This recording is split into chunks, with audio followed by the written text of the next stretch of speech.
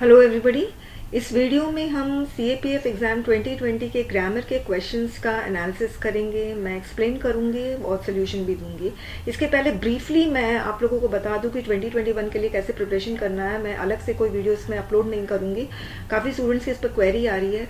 तो students 2021 exam के लिए सबसे पहला काम आपको ये करना है कि आपको ग्रामर पर अपना होल्ड को स्ट्रेंथन करना है। इसके लिए जो मेरी ग्रामर की बुक है, इनफैक्ट पेपर 2 की जो बुक है वो अगर आपके पास है तो आप उस पर प्रैक्टिस कर सकते हैं उस बुक में। और इसकी सेकेंड एडिशन जो रिलीज होगी फेब एंड में वो बेटर वर्जन है फर्स्ट एडिशन से, और इसमें हर चैप्टर के साथ आपको रूल्स मिलेंगे और विद प्रैक्टिस क्वेश्चंस। ये काम कर सकते हो। दूसरा काम ये करना है कि आप प्लेलिस्ट में जाना और आपको एक प्लेलिस्ट दिखेगा CAPF previous year grammar question. इसमें जितने भी वीडियोस है सारा देख लेना। फिर साथ में एक और आपको प्लेलिस्ट दिखेगा, वो है grammar for all competitive exam, grammar for all competitive exams, आपको ये भी दिखेगा। तो आप ये इसमें 34 वीडियोस है, वो सारा आप देखोगे, सीक्वेंस में देखोगे। ये दो काम कर सकते हो। अच्छा, अब दूसरा आपको काम करना है कि हिंदू का आपको हर दिन एडिटोरियल पढ़ना है, हर दिन। ओके क्योंकि एडिटोरियल से ही क्वेश्चंस बनते हैं। मैं अभी अगर आर्ग्यूमेंट का जब मैं वीडियो अपलोड करूंगी, जो इस बार पूछा गया है 2 टॉपिक, वो भी एडिटोरियल से ही पूछा गया है, वो मैं आपको बताऊंगी। तो हिंदू एडिटोरियल आपको रोज पढ़ना है। कोशिश करो, पढ़ो और उसके नोट्स बनाओ। ये सिर्फ मैं पेपर 2 के लिए कह रही हूँ। पेपर 2 के लिए पूरा न्यूज़पेपर पढ़ने की जरूरत नहीं, सिर्फ एडिटोरियल। और इस एडिटोरियल में जो फ्राइडे का है वो बहुत इंपॉर्टेंट होता है। सपोज ये न्यूज़पेपर है, ठीक है, ये न्यूज़पेपर का लेफ्ट साइड है और ये राइट साइड है। तो फ्राइडे एडिटोरियल में जो राइट साइड का जो पेज होता है न्यूज़पेपर का, एडिटोरियल पेज जो होता है, ये OPD होता है। और यहाँ पर जो फर्स्ट हेडलाइन होता है ना, उसी से ऐसे क्वेश्चन बनते हैं और आर्गुमेंट क्वेश्चन बनते हैं। ऐसे क्वेश्चन सोशल मीडिया का जो आया था 2019 में, वो हिंदू एडिटोरियल से ही आया था, ऑफ फ्राइडे के एडिटोरियल से लिया गया था। और वैसे ही आर्गुमेंट का जो क्वेश्चन आया सोशल एलीट पर, फ्राइडे के ही हिंदू न्यूज़पेपर से लिया गया है, वो भी एडिटोरियल कॉलम से। Got it? तो ये चीज आपको ध्यान रखनी है। और तीसरा काम आपको ये करना है कि रोज लिखने की प्रैक्टिस करोगे। जो इंग्लिश मीडियम वाले स्टूडेंट्स हैं वो रोज लिखेंगे। और क्या लिखना है वो मैं बता दूं। हिंदू न्यूज़पेपर का एडिटोरियल पेज लेना, एडिटोरियल पेज का कोई एक छोटा सा कॉलम ले लो, ओके, और उस कॉलम को ही आपको देख देख कर लिखना है। A4 शीट ले लो, और A4 शीट जो लोगे वो एकदम प्लेन होनी चाहिए, रूल्ड वाली नहीं होनी चाहिए। दोनों तरफ आप मार्जिन खींचोगे और जो लिखा है ना बस देख देख कर लिखो। सुंदर सुंदर राइटिंग में लिखो। कैपिटल लेटर की मिस्टेक, फुल स्टॉप की mistake, punctuation mistake, spelling mistake, कोई मिस्टेक नहीं करना है। फ्रंट बैक भर दो। और हिंदी मीडियम वालों को 2 काम करना पड़ेगा, 2 बार लिखना पड़ेगा। एक तो हिंदी में, तो आप हिंदी न्यूज़पेपर, कोई भी हिंदी न्यूज़पेपर ले लो, उसका एडिटोरियल पेज ले लो, एडिटोरियल कॉलम ले लो और देख देख कर लिखना है। एकदम ब्यूटीफुली लिखना है, लेजिबली लिखना है, नीटली लिखना है। ओके, तो ये आपका रोज का काम होगा जब तक आप एग्जाम न दे दो। ओके, और इसमें भी ध्यान रखना, जो पेन आप यूज करोगे वो पेन आपको चेंज नहीं करना है। आप अगर आपको हैबिट में है जेल पेन यूज करने का तो वो भी करो। अगर आपको पायलट पेन यूज करने का हैबिट है वो करो, ब्लू पेन यूज करने का हैबिट है वो करो, ब्लैक पेन यूज करने का हैबिट है वो करो। मगर ऐसा पेन होना चाहिए जिसकी इंक स्प्रेड नहीं होती हो, जल्दी ड्राई हो, जिसका इंप्रेशन पीछे पेज में ना पड़े, ओके, और ग्रिप अच्छी हो, ऐसा पेन यूज करना है। और वो पेन कभी नहीं चेंज करना है, उसी से प्रैक्टिस करना है और उसी से एग्जाम देना है। पेपर 2 में पेन का बाउंडेशन बिल्कुल नहीं है आंसर राइटिंग में, ओके। जो ब्लैक बॉल पॉइंट पेन होता है उसको आप स्कैनेबल अटेंडेंस शीट और OMR शीट के लिए होता है। वैसे पेपर 2 में कोई भी पेन की चॉइस आपके पास रहती है, आप कोई भी पेन यूज कर सकते हो, ओके। अच्छा, अब नेक्स्ट चीज है, मेरा जो कोर्सेज अवेलेबल है वो मैं आपको बता देती हूँ। मैं इसमें भी डिटेल नहीं बताऊंगी। आप मेरे चैनल में जाना और चैनल में होम में क्लिक करोगे तो आपको जो वीडियो दिखेगा वो मेरा जो CAPF पेपर 2 का जो कोर्सेज है उसके बारे में उसमें बात की गई है उस वीडियो में। एक बार आप वो जरूर से वीडियो देख लीजिएगा, आपको पता चल जाएगा, ओके। चलिए अब क्वेश्चन हम पढ़ते हैं। इंस्ट्रक्शन देखिए, इंस्ट्रक्शन पढ़ना स्टूडेंट्स बहुत जरूरी है। Rewrite the sentences as directed. इसका मतलब ये है इस क्वेश्चन के नीचे जो आपको स्पेस मिला था, आपको उस स्पेस में ये पूरा का पूरा सेंटेंस लिख के ब्लैंक देना था जैसे यहाँ दिया है, और फिर उसमें आपको जो करेक्ट आंसर है वो लिखना था। ओके, तो इसमें आपका सही आंसर होगा इन। जो क्वेश्चन पूछा गया है उसमें सही आंसर इन होगा और कोई आंसर नहीं हो सकता है। मैं एट, ऑन और इन का फंडा बता देती हूँ। ये तीनों आपका प्लेस के लिए यूज हो सकता है। एट आप किसके लिए यूज करोगे? ऐसे प्लेस के लिए यूज करोगे जो स्मॉल हो, बहुत बड़ा सा स्पेस हो, उसमें एक छोटा टाइनी स्पेस हो तो वो स्मॉल हो जाएगा, तो उसमें एट यूज करोगे। जैसे बहुत बड़ा सा रूम है और उस रूम में ये कॉर्नर है तो at the corner, the TV is placed at the corner. लंबी सड़क है तो चौराहा जो होता है क्रॉस रोड, तो उसमें क्या लगाओगे? At the cross road. बहुत बड़ा एरिया है और उसमें बस स्टॉप है तो at the bus stop. Got it? At एक और चीज के लिए यूज कर सकते हो, नियर के लिए। somebody is at the door, इसका मतलब somebody is near the door. On कब यूज करोगे? ऑन आप ऐसे प्लेस के लिए यूज करोगे जो पैरेलल में जाती है, जैसे road, on the road, is walking on the road. Street parallel में, बॉर्डर, बीच, कोस्ट, ये सब के लिए ऑन यूज होगा। इन ऐसे प्लेस के लिए यूज होगा जो बड़ा हो, जैसे इन इंडिया, ओके, इन दिल्ली। दूसरा, इनसाइड के लिए भी इन यूज करोगे। तो जो आपका क्वेश्चन था जवाहरलाल नेहरू स्टेडियम, तो वो स्टेडियम के अंदर खेला जा रहा है ना, इसीलिए इसमें इन यूज होगा। Okay, I decided to buy few paintings that were left unsold in the exhibition। तो आप इसको पूरा सेंटेंस लिखोगे, फिर ब्लैंक दोगे और फिर आंसर लिखोगे। I decided to buy the few paintings होगा, that were left unsold in the exhibition। अब इसका फंडा मैं बता दूं, few जो है इसके पहले अ लग जाता है, इसका मतलब कुछ। द लग जाता है, इसका मतलब जितना है वो सब कुछ, ऑल दैट इज रिमेनिंग। और फ्यू के पहले अगर कोई भी आर्टिकल नहीं लगता है तो कुछ नहीं। I have few coins, I have few coins, that means I do not have any coin. अगर मैं बोलूं I have a few coins, इसका मतलब I have some coins with me. अब इसमें लिखा है द फ्यू पेंटिंग्स, इसका मतलब है जितनी भी पेंटिंग्स थी जो बिकी नहीं, जो अनसोल्ड रही, वो सारे पेंटिंग्स को मैंने खरीद लिया, इसीलिए यहाँ पे द लगेगा। All that is remaining, all the paintings that were left unsold. Okay, next है my neighbour takes care of my dog in my absence. अब इसको पैसिव फॉर्म में करना है, तो हमें पैसिव फॉर्म का फंडा बहुत अच्छे से पता है कि जब भी हम एक्टिव से पैसिव करते हैं तो सबसे पहली चीज आपको ध्यान रखना है कि आपको टेंस नहीं चेंज करना है। दूसरी चीज है टाइप्स ऑफ सेंटेंस भी नहीं चेंज करना है। अगर पॉजिटिव है तो पॉजिटिव रखोगे, नेगेटिव है तो नेगेटिव रखोगे, इंटरोगेटिव है तो इंटरोगेटिव रखोगे। तीसरी चीज है कोई भी वर्ड डिलीट नहीं करोगे, ये भी चीज ध्यान रखना। अ है तो अ लिखोगे, द है तो द लिखोगे। चौथी चीज, पैसिव फॉर्म में हमेशा एक ऑक्सिलरी वर्ब लगता ही लगता है, और दूसरा है मेन वर्ब जो लगेगा हमेशा वर्ब फॉर्म थर्ड लगेगा, V3। ओके, इस चीज को आपको ध्यान देना है। और बाकी चीज आपको पता ही है कि ऑब्जेक्ट सब्जेक्ट की जगह लेता है, सब्जेक्ट ऑब्जेक्ट की जगह लेता है।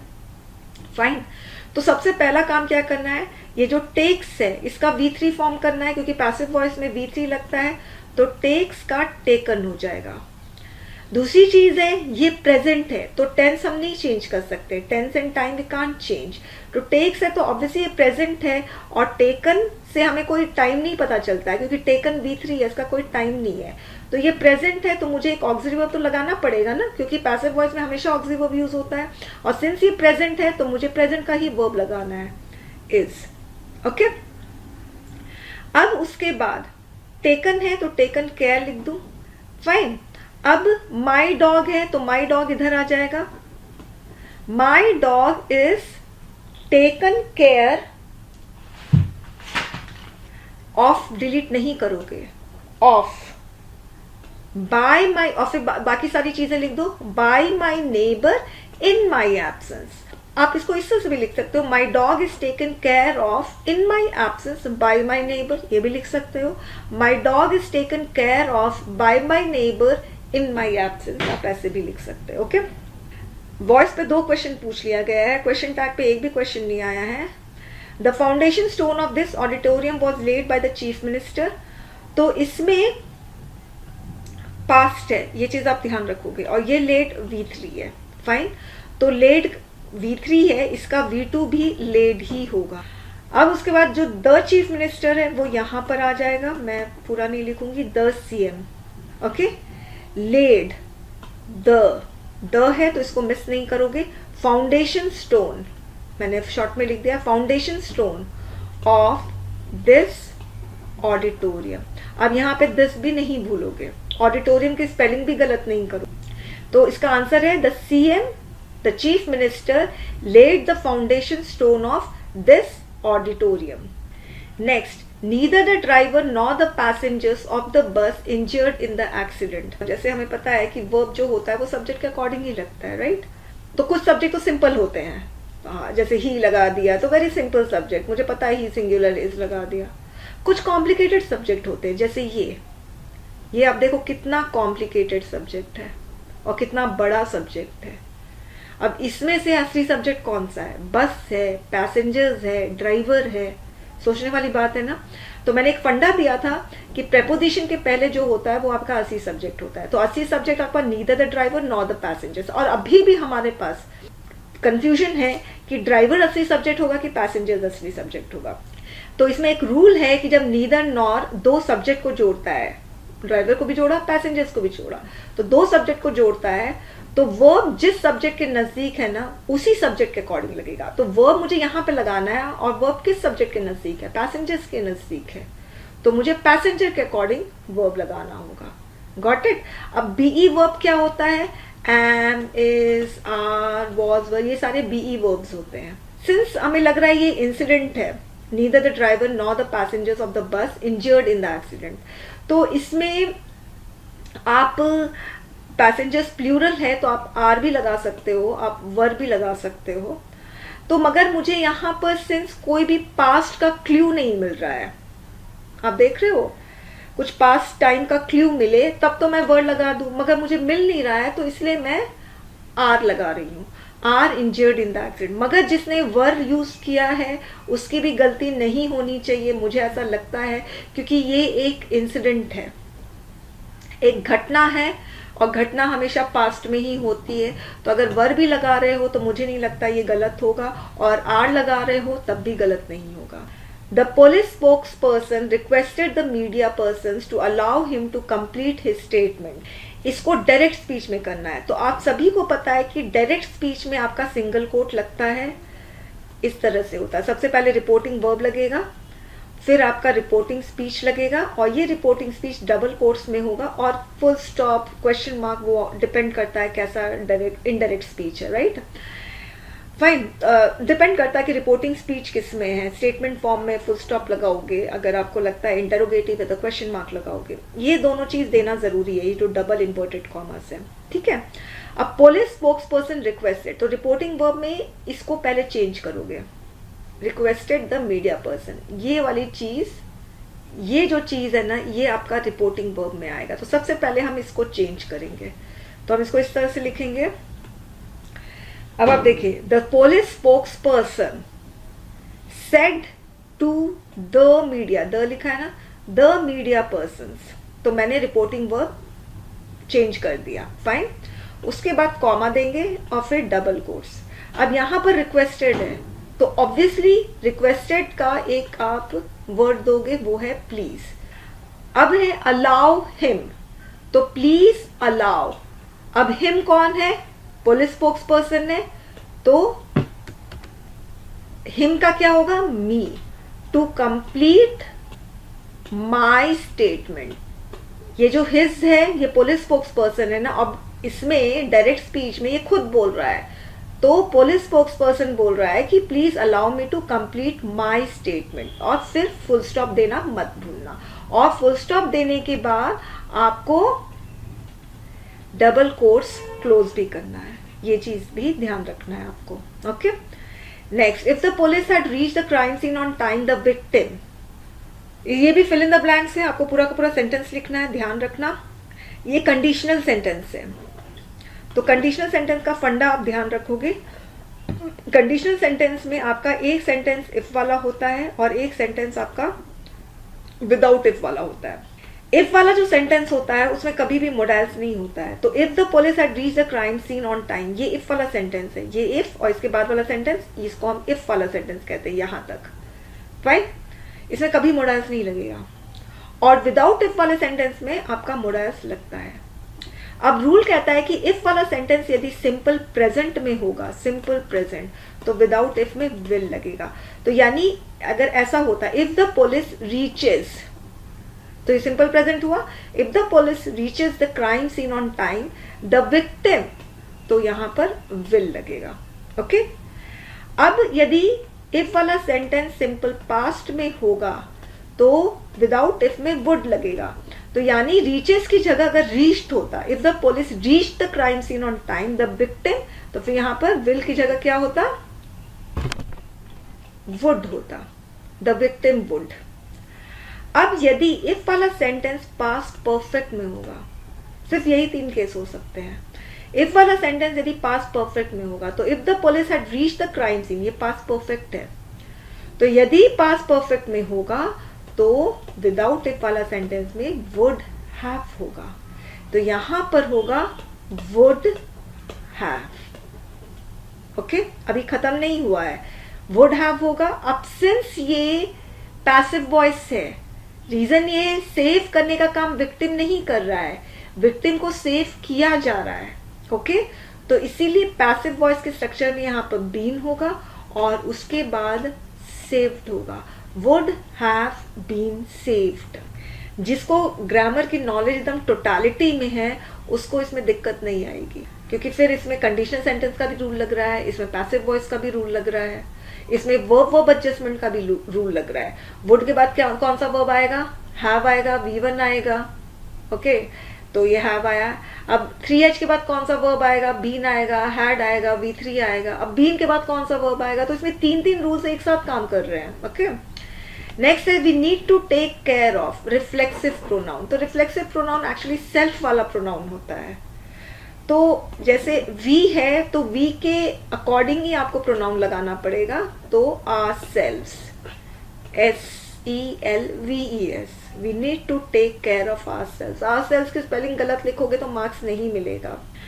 नेक्स्ट है give your statement to the police, it will enable them to arrest the culprit.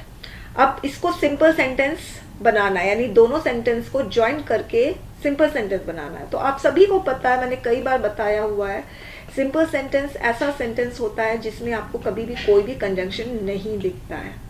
Okay, compound sentence आपका ऐसा सेंटेंस होता है जिसमें आपको फैन बॉयज वाले कंजंक्शन दिखते हैं, फैन बॉयज। F फॉर जिसका मतलब because, and A for, N for not, B for but, O for और, Y for yet, S for so. इसके अलावा पेयर कंजंक्शन भी होते हैं, ईदर और, neither nor, not only, but also, both and. और कॉम्प्लेक्स सेंटेंस कौन से होते हैं, इस फैन बॉयज के अलावा और पेयर कंजंक्शन के अलावा जितने भी कंजंक्शन आपको नजर आ रहे हैं वो कॉम्प्लेक्स सेंटेंस बनाते हैं। जैसे इफ है, बिकॉज है, वेयर, वाई, ये सारे कंजंक्शंस। Okay, therefore. तो अब सिंपल सेंटेंस इसका बनाना है। देखिए, सिंपल सेंटेंस बनाने के लिए आपके पास कंजंक्शन, सिंपल सेंटेंस बनाने के लिए आपको कंजंक्शन बिल्कुल भी यूज नहीं करना है। तो मेरे दिमाग में सिर्फ यही 2 सेंटेंस बन रहा है। By giving the statement to the police you will enable them to arrest the culprit, your statement will enable the police to arrest the culprit. इसके अलावा अगर आपको लगता है कि किसी और ढंग से भी हम बना सकते हैं तो आप मुझे जरूर से बताइएगा। तो आप देखिए, ये बाय है प्रेपोजिशन, प्रेपोजिशन के बाद हमेशा कौन सा वर्ब आता है, V4 आता है। By giving the statement to the police, अब इसमें मैंने आप देखिए कोई भी कंजंक्शन यूज नहीं किया है। एक्चुअली प्रेपोजिशन भी ज्वाइन करता है, कंजंक्शन भी ज्वाइन करता है 2 सेंटेंसेस को, मगर प्रेपोजिशन एक इनकम्प्लीट और एक कंप्लीट सेंटेंस को ज्वाइन करता है। तो बाय प्रेपोजिशन है और ये ज्वाइन कर रहा है giving the statement to the police. ये एक सेंटेंस है जो कि इनकम्प्लीट है, और एक ये वाला sentence you will enable them to arrest the culprit, ये एक कंप्लीट सेंटेंस है। वैसे ही दूसरा आप देखिए, your statement will enable the police to arrest the culprit. एक ये इस तरह से भी बन सकता है। ओके, एक और तरीका है, for arresting the culprit you need to give your statement to the police. ये भी आप लिख सकते हो। नेक्स्ट है, he sings only in the bathroom, change this simple sentence into a complex sentence. इसमें ये ओनली बहुत इंपॉर्टेंट है, अगर आपने ये मिस किया है तो आपको मार्क्स नहीं मिलेगा। ये ओनली इसलिए इंपॉर्टेंट है क्योंकि वो गाता तो है मगर सिर्फ बाथरूम में ही गाता है और कहीं नहीं गाता है, तो ये ओनली बहुत इंपॉर्टेंट है। तो इसको मैं इस तरह से बनाऊंगी। आपको पता है ये कॉम्प्लेक्स सेंटेंस क्या होता है, वो मैंने पहले ही बता दिया है। अब देखिए, the bathroom is the only place where he sings. तो मीनिंग मैंने चेंज नहीं की, मीनिंग बोल रहा है कि सिर्फ बाथरूम में ही गाता है, तो मैंने यहां पर बोला है कि बाथरूम ही एक ऐसी जगह है और सिर्फ वो ही एक जगह है जहां पे वो गाता है, और फुल स्टॉप देना मत भूलना। ये फ्रेजल वर्ब्स आए हैं, बहुत बहुत इजी है।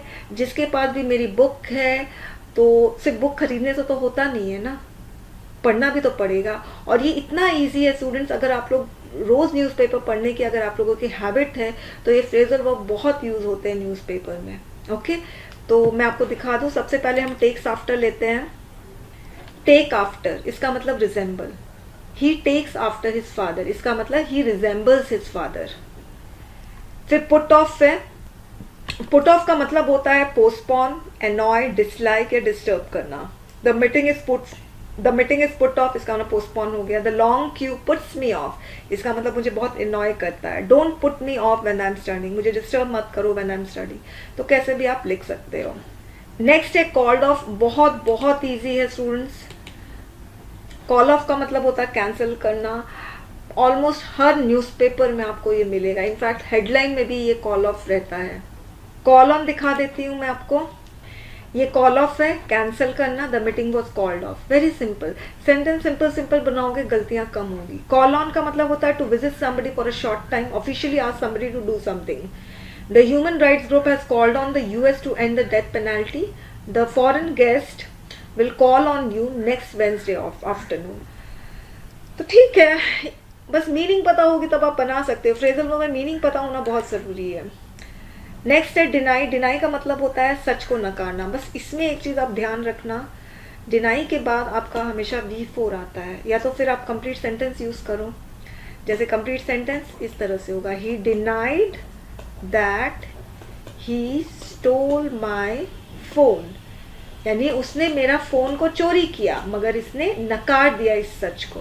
ओके, अब ये मैंने इस सेंटेंस को मैंने दो सेंटेंस से बनाया। ही डिनाइड एक सेंटेंस है, he stole my phone, sorry ऐसे होगा, he had stolen my phone. Okay, तो he had stolen my phone एक सेंटेंस, ही डिनाइड एक सेंटेंस। फाइन। अब इसी को मुझे सिंपल सेंटेंस में बनाना है तो मैं इस तरह से बनाऊंगी, he denied having stolen my phone. Okay, तो ये है। तो आपको ध्यान रखना है, अगर डिनाई आप एक कंप्लीट सेंटेंस में यूज कर रहे हो तो फिर इसके बाद एक V4 आना जरूरी है।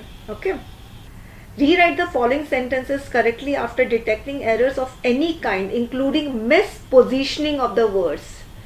एक बहुत बड़ा क्लू दिया है यूपीएससी वालों ने कि हो सकता है वर्ड मिस पोजीशन भी हो जाए, यानी वर्ड का लोकेशन ही चेंज हो जाए और वो लोकेशन सही नहीं हो, आप वो भी एरर पहचान सकते हो। ओके, बहुत ज़रूरी है। अगर आप प्रीवियस ईयर का पेपर देखोगे ना, कभी भी ये वाला इंस्ट्रक्शन नहीं लिखा होगा, ये इंस्ट्रक्शन ऐड किया गया। इसका साफ मतलब है कि ऐसा कोई क्वेश्चन ज़रूर होगा जहाँ पे वर्ड का मिस लोकेशन है।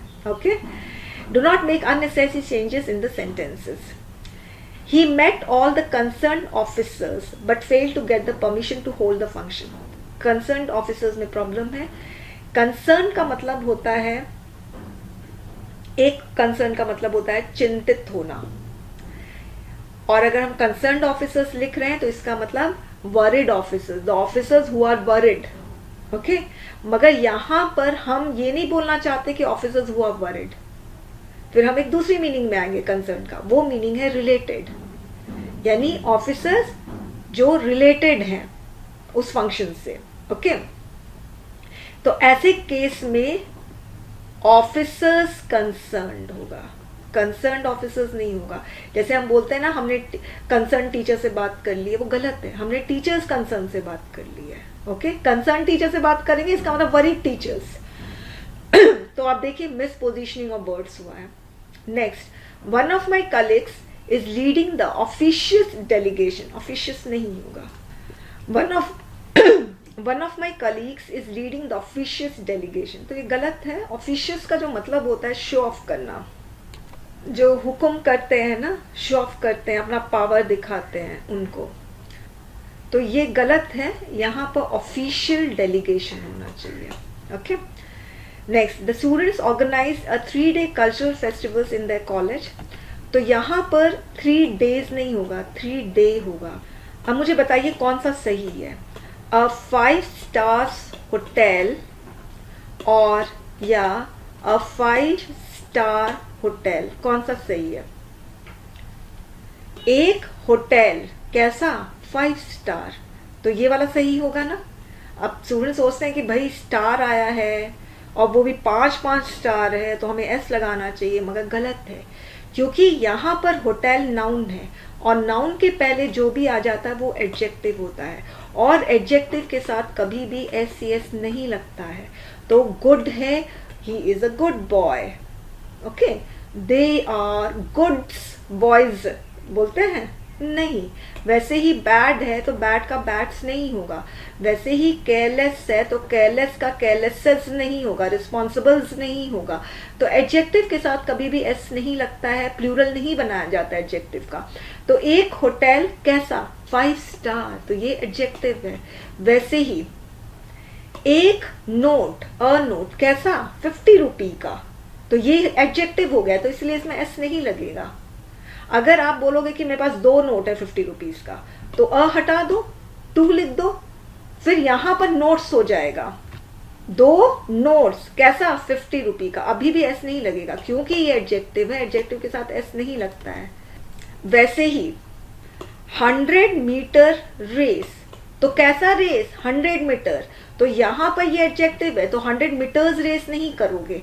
वैसे ही स्टूडेंट्स इसमें एक कल्चरल फेस्टिवल ऑर्गेनाइज किया गया, कौन सा, 3 day, तो इसीलिए यहां पर एस नहीं लगेगा क्योंकि एडजेक्टिव का काम कर रहा है।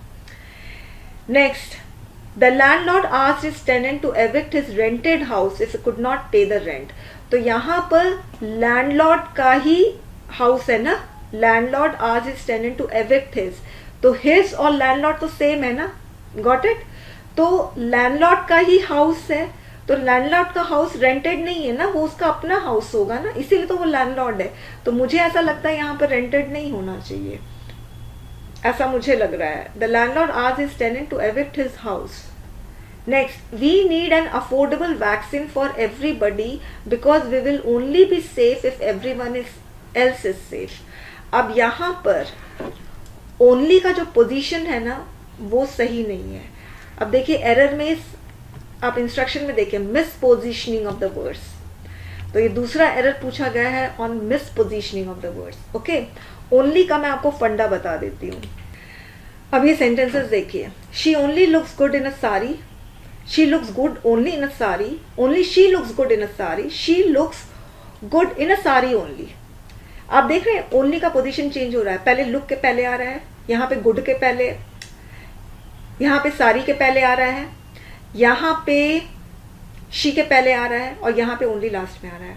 ओके, देखिए अगर मैं बोलती हूँ मीनिंग कैसे चेंज हो रही है वो आपको देखना है। She only looks good in a sari, इसका मतलब क्या है, सिर्फ वो अच्छी ही दिखती है।